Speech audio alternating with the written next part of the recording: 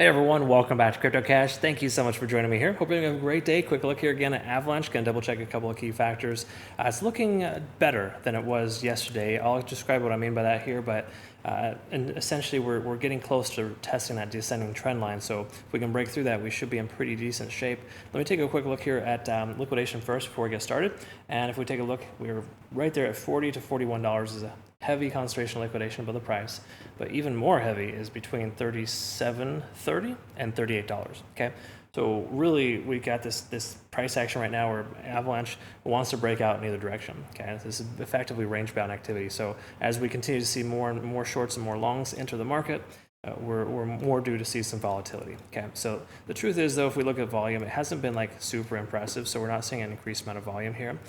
So that's not fairly unimpressed with that, but if we do take a look at the daily time frame, we can confirm we're getting close to testing this descending trend here. Okay, so getting above that would be super awesome. Again, we're probably a couple days away from confirming we're actually truly closing above that, but we're moving in the right direction here. That's the important thing. We're also under 50 on the RSI, so generally considered as a bearish sign.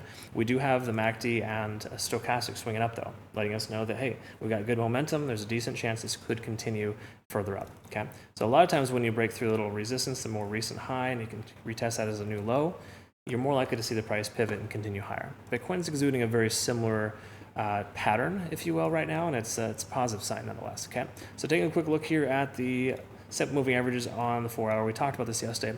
100-day SMA is going to be the deal breaker. We got to get above that level to confirm this coin is going to continue further up. Okay, but we are above the 20 and the 50. That's a very good trend setter, kind of letting us know we're on the right side of the tracks.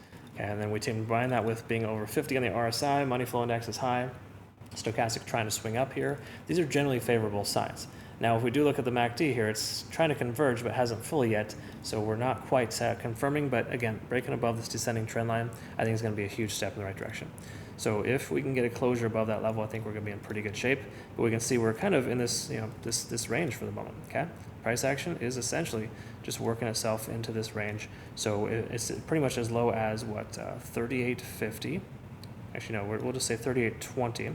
And then, of course, the upper range here at about $39.85. We'll say $40. So between $38 and $40 is that range that we're in. What we're looking for to be able to confirm that it's broken free. In a perfect world, the price comes up here, comes back here, and that's when we consider getting in for a retest, a bullish back test.